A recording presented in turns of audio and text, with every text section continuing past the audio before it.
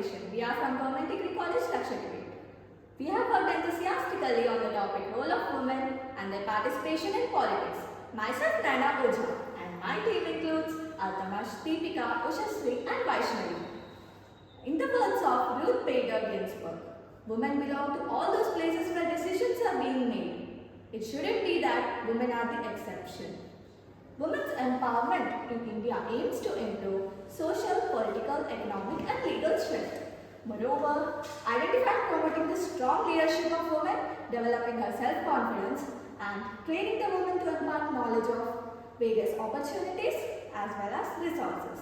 Some of the objectives in women's empowerment in India includes establishing a strong platform in the various sectors to a rights-based approach and promoting the role of women in peace building and reconciliation.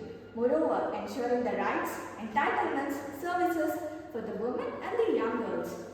About our project, political accountability of women begins with increasing the number of women in decision-making positions. Introduction to women politics. It includes right to vote for women, political activism under women, and political representation of women. Before entering into this, let me know you one thing. Giving birth is like crossing there and taking care is like receiving there. As a woman we are born to earn a life, we are greater than anyone's self. To such a stronger and greatest woman in the world, why shouldn't we give a major part in the society? As of 2023, women hold 15.2% of seats in the Lok Sabha and 13.9% of seats in the Rajya Sabha. As we all know that Lok Sabha is the lower house and Rajya Sabha is the upper house.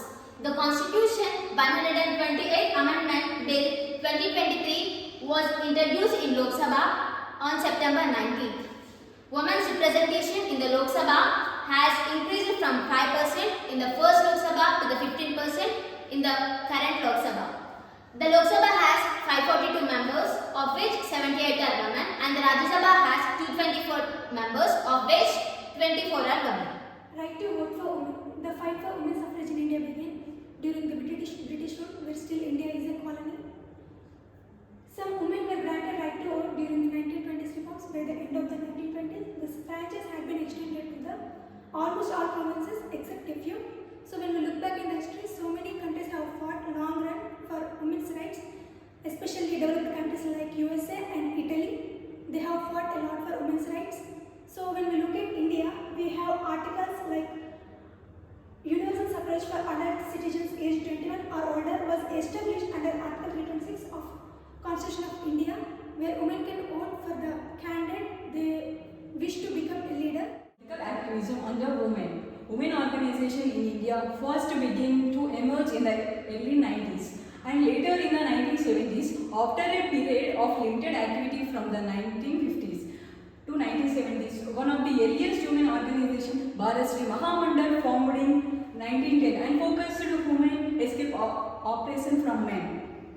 Other women rights activities includes Rani Lakshmibai Jhansi, Sarojini Naidu, Madam Bihaji Kema, Begum Azrat Mahal, Annie Besant, and Kasturba Gandhi. Challenges faced by women in political participation. The level and forms of women in political participation is largely shaped by the cultural and societal barriers in the form of violence, discrimination and illiteracy. The first one is sexual violence. Sexual violence in India is exacerbated by the issues of marriage and education. A study of 2011 found that 24% of Indian men committed sexual violence at some point of their life and 38% of men admitted these physically to their partners. And the second one is discrimination.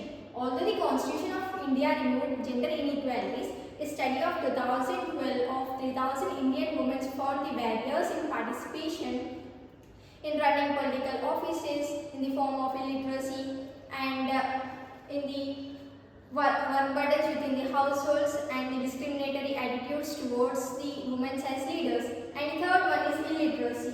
India is the largest illiterate populations. In 2014, the United Nations reported that 25.6% of adults in India are illiterate. The literacy rate of women is 65.46%, whereas it is much more lower than that of men, that is 82.14%. Feminism isn't about making women strong.